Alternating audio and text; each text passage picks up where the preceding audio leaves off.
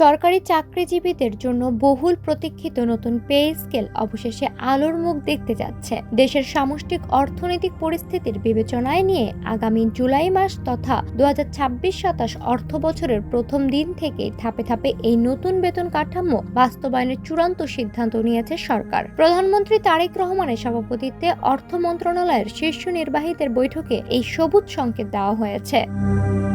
অর্থ মন্ত্রণালয়ের সূত্রে জানা গেছে, বিশাল অঙ্কের এই নতুন বেতন কাঠামো একবারে কার্যকর না করে আগামী 3 অর্থ বছরে বাস্তবায়ন করা হবে। মূল লক্ষ্য হচ্ছে বাজারে নতুন করে মূল্যস্ফীতির চাপ নিয়ন্ত্রণ করা। প্রথম ধাপ 2026-27 অর্থ বছরের আগামী 1 জুলাই থেকে নতুন বেতন কাঠামোর বর্ধিত মূল বেতনের 50% দেওয়া শুরু হবে। দ্বিতীয় ধাপ 27-28 অর্থ বছরের মূল বেতনের বাকি 50% যোগ হবে, অর্থাৎ 2 বছরের মধ্যে কর্মচারীরা পূর্ণ বর্ধিত মূল বেতন পাবেন। তৃতীয় ধাপ 2028-29 অর্থ বছরের নতুন কাঠামোর আওতায় বর্ধিত অন্যান্য সুযোগ সুবিধা ও ভাতাগুলো এই ধাপে এসে যুক্ত হবে।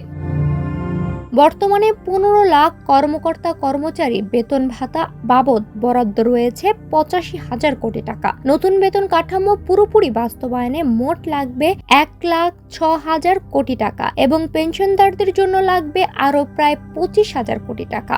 আগামী অর্থ বছরে মূল বেতনের অর্ধেক দিতে বাজেটে 30,000 কোটি টাকারও বেশি অতিরিক্ত সংস্থান রাখা হচ্ছে।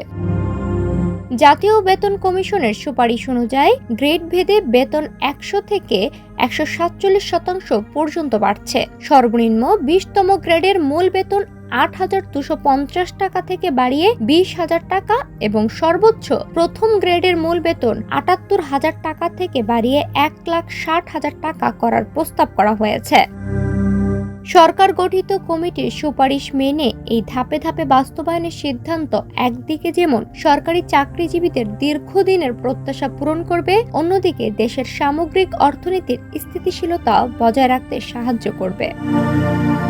ডেস্ক রিপোর্ট, সোনালী নিউজ।